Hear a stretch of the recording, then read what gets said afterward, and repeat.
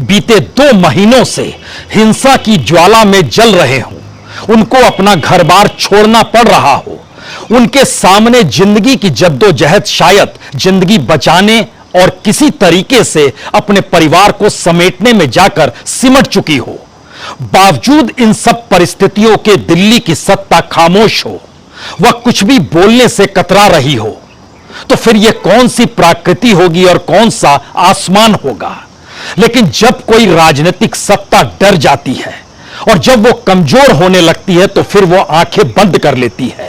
वो बोलना नहीं चाहती है क्योंकि उसे डर लगता है, पता नहीं कुछ कह दिए और पता नहीं किस दिशा में पांव उठ गए और फिर राजनीतिक सत्ता डगमगा गई तो क्या होगा।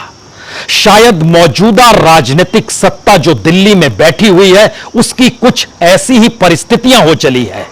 मणिपुर में आज से नहीं 3 मई से जो कुछ हो रहा है, और उस दौर में भी सरकार चुनाव में व्यस्त थी, तब कर्नाटक के चुनाव थे, और आज जब हम आपसे बात कर रहे हैं तो आज भी देश के गृह मंत्री बिहार में मौजूद हैं और वो चुनावी प्रचार कर रहे हैं, सरकार की उपलब्धियां बतला रहे हैं कि 9 महीने में क्या कुछ हो गया। लेकिन सरकार को यह भी बर्दाश्त नहीं है कि वहां पर जो लोग आहत हैं, जिनके हिस्से में सिर्फ घाव आए हैं, जिन्होंने अपने परिजनों को बिलखते हुए छोड़ा है, जिनके परिजनों की मौत हो गई है, जिन्होंने अपने घरों को छोड़ा है, अगर उनके पास कोई मरहम लगाने के लिए भी पहुंचे तो सरकार को यह बर्दाश्त नहीं है। तो क्या मौजूदा राजनीतिक सत्ता को इतना डर हो चला है कि किसी दूसरे ने अगर कोई राहत की व्यवस्था कर दी तो सरकार डगमगा जाएगी। राहुल गांधी आज मणिपुर पहुंचे और मणिपुर से बाहर निकलते हुए इंफाल के हवाई अड्डे से जैसे ही बाहर निकले वैसे ही चंद फरलांग की दूरी पर, या कहें तकरीबन 15-18 किलोमीटर चलने के बाद उनको रोक लिया गया। सवाल यह नहीं है कि उन्हें रोका गया, सवाल यह है कि 3 मई से लेकर आज की तारीख तक, जबकि जून का महीना बीतने को आ गया है, सरकार ने वहां कोई पहल अभी तक क्यों नहीं की है, जबकि वहां डबल इंजन की सरकार है। जिनकी दिल्ली में सरकार है उन्हीं की मणिपुर में सरकार है, और मणिपुर में सरकार को लाने से पहले जो वादा किया जा रहा था उस वादे पर खरा क्यों नहीं उतरे। तो क्या राहुल गांधी से डरी हुई सरकार है? क्या राहुल गांधी अगर किसी भी प्रदेश में जाते हैं, लोगों से संवाद बनाते हैं और उस जगह अगर बीजेपी की सरकार है तो क्या राजनीतिक जमीन बीजेपी को खिसकती हुई दिखाई दे रही है? और यह सवाल सिर्फ मणिपुर का नहीं है, इस देश के भीतर में उन तमाम लोग और उन तमाम नागरिकों को लेकर है जिनके सामने सिर्फ इस दौर में सवाल ही सवाल है, और यह सवाल दिल्ली की सत्ता को लेकर है। मणिपुर के भीतर 1-2 नहीं 12 जिलों में जबरदस्त तरीके से बीते 2 महीने के भीतर हिंसा हुई है। 1-2 नहीं 1.5 दर्जन से ज्यादा मंदिरों को फूंक दिया गया, और 1-2 नहीं बल्कि 250 से ज्यादा चर्च में आग लगा दी गई। आदिवासी जनजाति के लिए जिंदगी मुश्किल हो गई। जो आदिवासी नहीं है और आदिवासी बनना चाहते हैं उनके बीच और पुराने आदिवासियों के बीच के टकराव की परिस्थिति में उग्रवाद भी है, और जिस तरीके से हथियारों की लूटपाट है, इन सारी परिस्थितियों पर कोई नकेल कसने को तैयार नहीं। तो क्या ऐसे में राहुल गांधी की यात्रा सरकार के लिए खतरे की घंटी इसलिए तो नहीं है क्योंकि मैसेज ये जाएगा और समूची दुनिया की नजर उस मणिपुर को लेकर होगी जिस मणिपुर के भीतर बीते लगभग 50 दिनों से ज्यादा वक्त से सिर्फ और सिर्फ हिंसा हुई है, और सरकार के ही आंकड़े हैं कि वहां पर 131 लोगों की मौत हो चुकी है। सरकार ने ही कहा 65,000 लोगों के घर छिन गए जो शरणार्थी कैंप में रह रहे हैं। सरकार ने ही बताया कि 5,000 से ज्यादा घटनाएं वहां पर हुई है। सरकार ने ही जानकारी दी 6,000 मामले अलग अलग थानों में दर्ज किए गए हैं। सरकार ने ही जानकारी दी 144 लोगों की गिरफ्तारी हुई है। सरकार ने ही जानकारी दी, इंटरनेट बंद कर दिया गया, स्कूल कॉलेज बंद है क्योंकि उस परिसर में सेना रुकी हुई है और सरकार ही जानकारी देती है कि जो अर्धसैनिक बल है वहां पर उनकी तादाद तकरीबन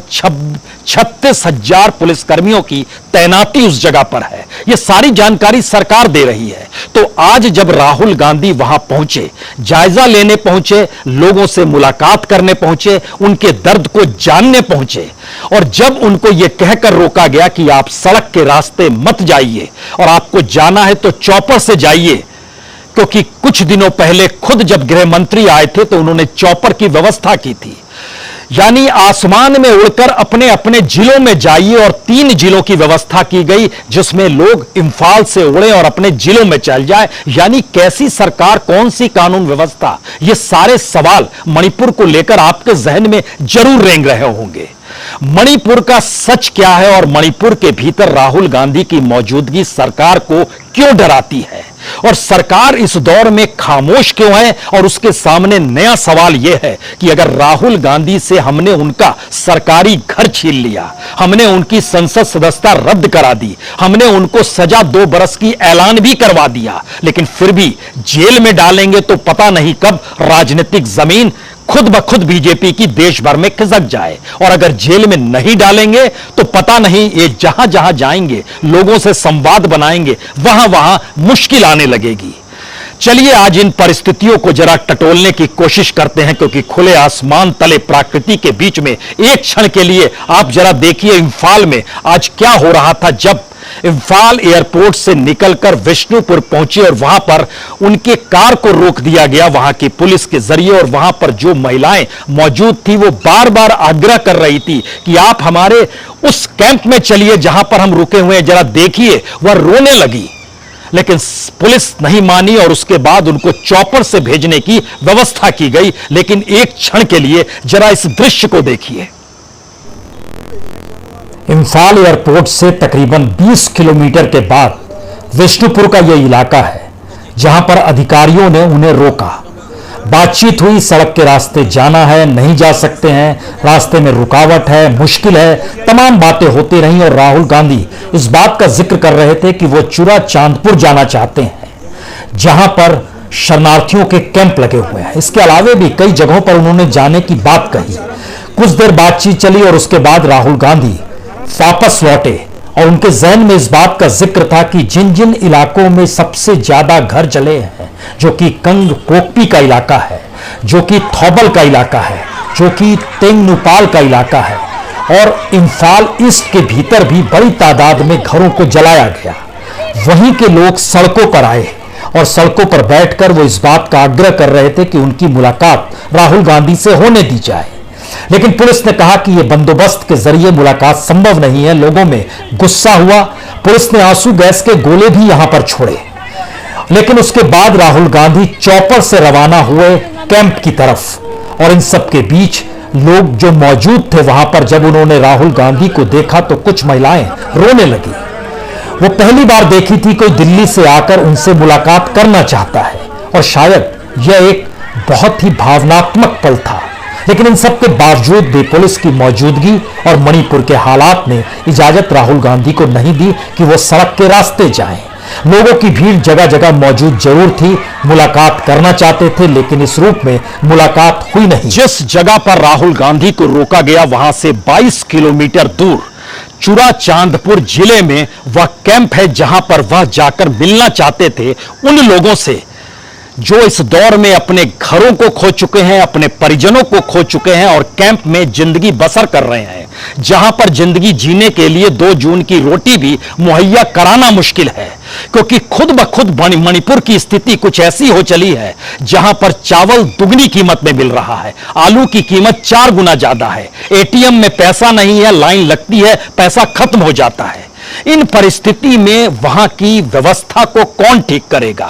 ठीक नहीं करेगा तो वह परिस्थिति सामने देश के आनी चाहिए या नहीं आनी चाहिए, या लोगों को यह महसूस होना चाहिए या नहीं होना चाहिए कि इतनी बड़ी तादाद में 65,000 लोग, जो सरकारी आंकड़ा है, उससे हटकर जिक्र कीजिएगा तो तकरीबन 1.5 लाख लोग अपने घरों को छोड़कर निकल गए, अगल बगल के दूसरे राज्यों में जाकर पनाह ली, यहां तक कि असम तक चले गए, मेघालय चले गए, कुछ लोग बंगाल तक पहुंच गए।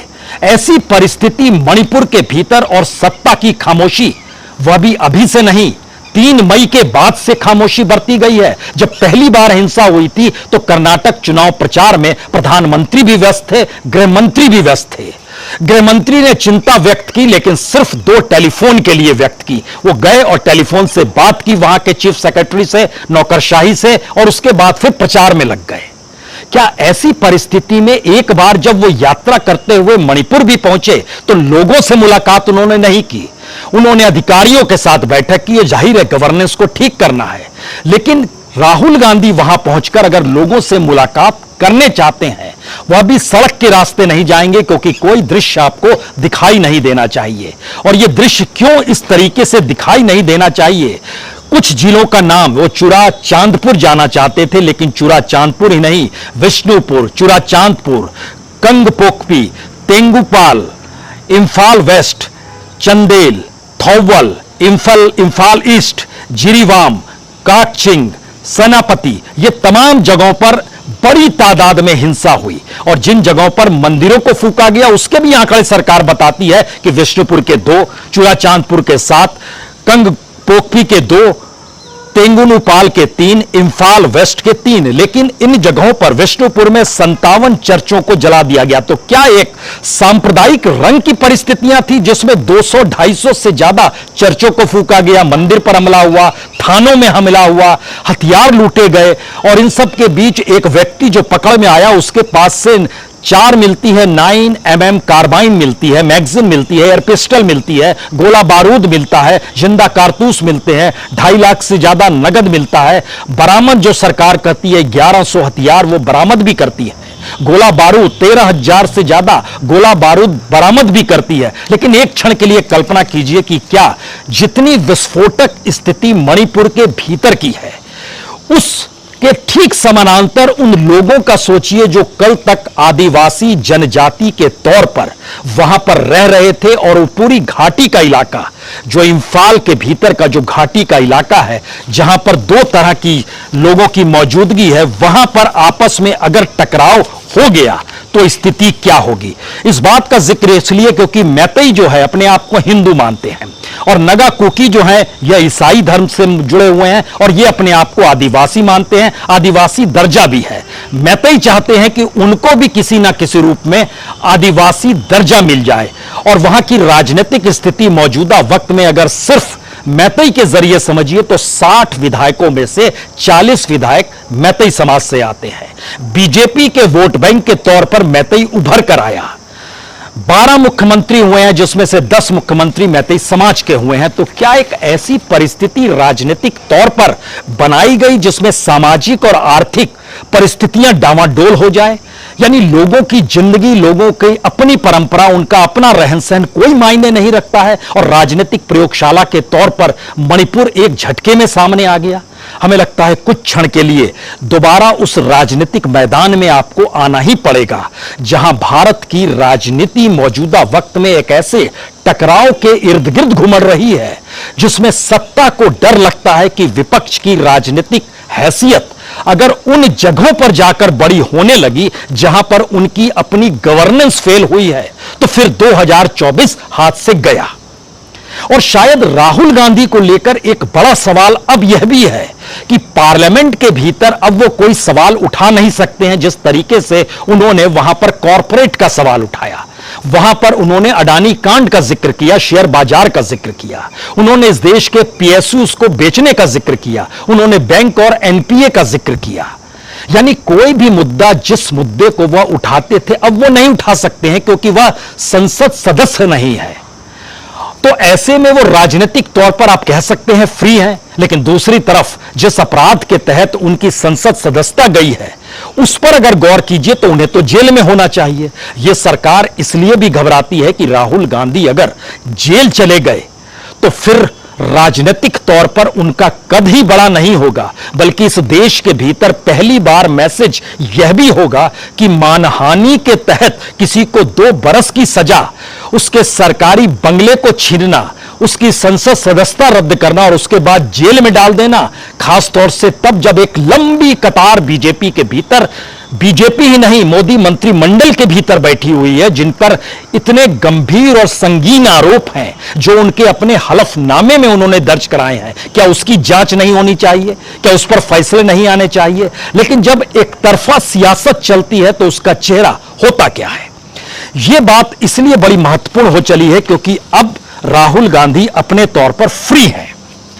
फ्री का मतलब है कि वो राजनीतिक तौर पर सरकार पर निशाना साध सकते हैं और यह नहीं कहा जाएगा कि पार्लियामेंट के भीतर आपको कहना चाहिए, या फिर यह भी नहीं कहा जा सकता है कि जिस सर्वदलीय बैठक को बुलाया गया, और एक बार ही तो बुलाया गया 24 तारीख को, लेकिन उस सर्वदलीय बैठक के बाद भी परिस्थितियां मणिपुर में नहीं संभली, नहीं सहेज कर रखी गई। तो क्या राजनीतिक तौर पर बीजेपी एक ऐसी हार की तरफ बढ़ रही है जहां अब उसे आगे बढ़कर कोई काम नहीं करना है, बल्कि जो काम किए गए हैं उसको छुपाना है? ऐसी राजनीतिक स्थिति तो इस देश के भीतर में किसी राजनीतिक सत्ता की नहीं आई थी। तो क्या यह माना जाए कि जो घटनाएं जहां जहां पर इस देश में हो रही है, अगर वहां पर राहुल गांधी की मौजूदगी होती है, और जाहिर तौर पर पार्लियामेंट के भीतर भी अगर देखिए तो कांग्रेस के नेता अगर राहुल गांधी वहां मौजूद नहीं है तो बीजेपी या खुद प्रधानमंत्री मोदी किस पर निशाना साधेंगे? पार्लियामेंट के भीतर निशाने पर वही, नेता वही, पहचान उन्हीं की, और राजनीतिक तौर पर उनकी हर पहल से सरकार और सत्ता घबरा रही है, वो कतरा रही है, वो बचना चाह रही है। क्यों नहीं मणिपुर को लेकर एक व्हाइट पेपर लाया गया? क्यों नहीं बतलाया गया कि ऐसी कौन सी परिस्थिति थी जिसमें मैतेई समाज जिक्र कर रहा था कि 1949 से पहले हमें आदिवासियों का दर्जा था, लेकिन जब उनका विलय भारत में हुआ और उसके बाद यह कहा गया कि उनको आदिवासी दर्जा नहीं दिया जा रहा है, क्यों नहीं लाया जाता है? यानी साफगोई क्यों नहीं है जिन बातों का जिक्र है? और इस बीच में हाईकोर्ट जब राज्य सरकार से कहता है कि आप फैसला लें कि इन्हें भी आदिवासियों का दर्जा दें, और एक टकराव की परिस्थिति इसलिए आ जाती है क्योंकि जो सुविधाएं दूसरे समाज को मिल रही है उनके भीतर यह शक शुबा राजनीतिक तौर पर भी आता है और सामाजिक तौर पर भी आता है कि आने वाले वक्त में पता नहीं उनके हाथ में कुछ भी आएगा या नहीं आएगा, कुछ भी बचेगा या नहीं बचेगा। तो हमें लगता है 3-4 तथ्यों पर अब गौर करने की जरूरत है, और यह इसलिए बड़ा महत्वपूर्ण है क्योंकि मणिपुर के भीतर जब आप पहुंचेंगे वहां पर, और वहां पर आज राहुल गांधी जहां पर पहुंचे उसमें वह विष्णुपुर जहां पर पहुंचे, और विष्णुपुर के भीतर में जो राहत शिविर कैंप है वहां पर भी लगभग 10-12 लोगों से उनकी मुलाकात हुई। उसके बाद वह चूरा चांदपुर जिला जाना चाहते थे। वो चाहते थे कि कुछ सिविल सोसाइटी के नेताओं से मुलाकात हो, वो चाहते थे कि राहत शिविर और सिविल सोसाइटी के लोगों के मुलाकात के बाद वो वरिष्ठ नागरिकों से मिले, वो चाहते थे कि दूसरे नेताओं से भी मुलाकात हो, क्योंकि संदर्भ एक ही है। जितनी परिस्थिति में मणिपुर के लोग आहत हैं उनके साथ कोई जुड़ाव महसूस हो नहीं पा रहा है, और मणिपुर से दिल्ली की दूरी, दिल्ली से अमेरिका की दूरी से ज्यादा हो गई है। प्रधानमंत्री अमेरिका में जाकर जिक्र जो कर आते हैं वह देश के भीतर की परिस्थितियों में वहां से अगर वो आंख मूंद लेते हैं उसी दौर में, जिस दौर में ये सारे सवाल उठ रहे हैं, तो सवाल यह है क्या वाकई भारत की राजनीति के भीतर अब विपक्षी नेताओं की पहलकदमी भी उस दिशा में होने लगी है जहां वो समझ गए हैं कि सरकार और उसकी गवर्नेंस जहां जहां फेल है, अगर वहां पर राहुल गांधी की मौजूदगी पर हो जाए तो राजनीतिक सत्ता जिसको मोदी और शाह संभाले हुए हैं वो डामाडोल हो जाएगी। सवाल राजनीति का भी नहीं है, पहली बार सवाल उस संवेदनशीलता का है जिस दिशा से सरकार ने आंखें मूंद ली है। क्या यह कल्पना की जा सकती है कि मणिपुर में जो कुछ हो रहा है, गृह मंत्रालय और गृह मंत्री दूसरी दिशा में चुनाव प्रचार में लगे रहें? जिस बीजेपी की सत्ता है उस बीजेपी के अध्यक्ष आज के दिन राजस्थान में चुनाव का प्रचार कर रहे हैं, और उनके भाषणों के भीतर वही 9 साल की प्रधानमंत्री मोदी की उपलब्धियों का पूरा ढांचा है। क्या यह कल्पना की जा सकती है कि गृह मंत्री बिहार में चुनावी रैली तो नहीं लेकिन भाषण देते वक्त आज जब पहुंचे तो इस बात का जिक्र करें कि हमने 1.5 करोड़ लोगों के घरों तक नल से जल पहुंचा दिया? और दूसरी तरफ इसी देश के एक प्रांत में आग लगी हुई है, वहां की परिस्थितियां नाजुक हो चली है। 1.5 करोड़ लोगों के घर में नल से जल, यह वर्ल्ड बैंक का कार्यक्रम था, वर्ल्ड बैंक का पैसा था। इस परिस्थिति के भीतर सरकार अपनी उपलब्धियों का खांचा जिस भी रूप में रखे, कोई हर्ज नहीं है। लेकिन दूसरी तरफ इस देश को अगर आप सामूहिकता के साथ परखें तो नागरिक वह भी हैं, नागरिक दिल्ली में बैठे लोग भी हैं, राजस्थान के नागरिक भी हैं और बिहार के नागरिक भी हैं। लेकिन सरकार का मतलब उस गार्जियन के तौर पर उसकी मौजूदगी होती है जहां पर इस देश में एक भी नागरिक आहत हो तो उसको उसकी फिक्र होनी चाहिए। लेकिन एक लंबी फहरिस्त है सरकार जब इस बात का जिक्र करती है कि देखिए किस रूप में हमने काम किया और हमने 9 बरस में ऐसा कमाल कर दिया है। तो क्या 1949 के बाद से मणिपुर के भीतर ऐसी हिंसा कभी क्यों नहीं हुई? और नॉर्थ ईस्ट की परिस्थितियों के भीतर बीजेपी अब यह भी नहीं कह सकती है कि राजनीतिक तौर पर वहां के लोगों ने उसे जिताया नहीं है। जिस विष्णुपुर में राहुल गांधी को रोका गया उसके दायरे में 6 विधानसभा सीटें आती हैं।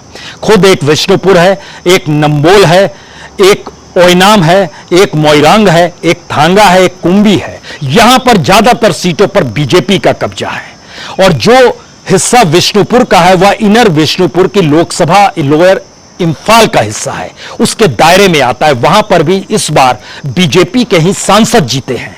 तो राजनीतिक तौर पर आपका पूरा कब्जा है मणिपुर को लेकर। वहां के लोगों की जिम्मेदारी किसकी होगी? वहां के लोगों की जिम्मेदारी से आप आंख मूंदेंगे तो इस देश के भीतर से कोई दूसरा वहां जाकर लोगों के घाव पर मरहम लगाने लगेगा तो कानून व्यवस्था का मामला 2 महीने बाद भी वही स्थिति और वैसी ही परिस्थिति में आकर खड़ी हो जाएंगी चीजें।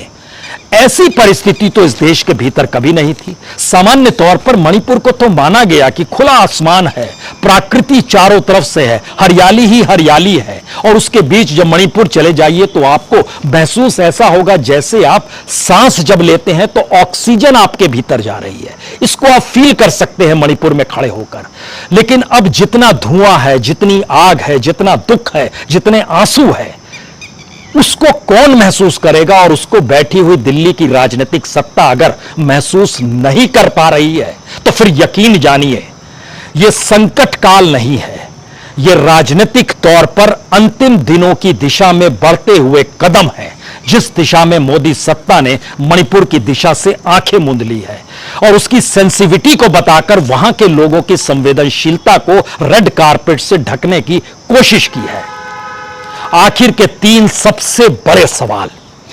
क्या किसी राजनीतिक सत्ता को यह अधिकार दिया जा सकता है कि देश के भीतर किसी एक पूरे राज्य के भीतर में अगर हिंसा हो रही हो, लाखों लोग बेघर हो गए हों और लगातार हिंसा का तांडव जारी हो, बेघर होने की परिस्थितियां जारी हो, ऐसे में उस सरकार का कोई भी मंत्री चुनाव प्रचार करने के लिए जा सकता है क्या? यह इजाजत नहीं होनी चाहिए। दूसरी तरफ क्या यह ऐसी स्थिति हो सकती है कि देश के प्रधानमंत्री खामोशी बरत लें और वह कुछ भी ना कहें, यह जानते समझते हुए कि अगर इस देश की पूरी गवर्नेंस और पूरी सरकार उनके इशारों पर चलती है, जिसका ढिंडोरा वो बार बार पार्लियामेंट के भीतर और बाहर पीटते हैं, तो ऐसी परिस्थिति में उनकी खामोशी क्या उनके डर और उनकी कमजोरी को बता रहा है? और तीसरी परिस्थिति, इस देश के भीतर में जो लोकतांत्रिक स्थितियों में लोगों को जीने का अधिकार संविधान देता है, क्या उस संविधान की दुहाई देते हुए इस देश के भीतर में अदालतें खामोश क्यों हो जाती हैं और सुप्रीम कोर्ट क्यों नहीं वहां के लोगों के अधिकारों को लेकर सुओ मोटो खुद ब खुद पहल करते हुए सरकार को चेतावनी क्यों नहीं दे सकती है कि आप इस परिस्थिति की दिशा में ध्यान क्यों नहीं दे रहे हैं?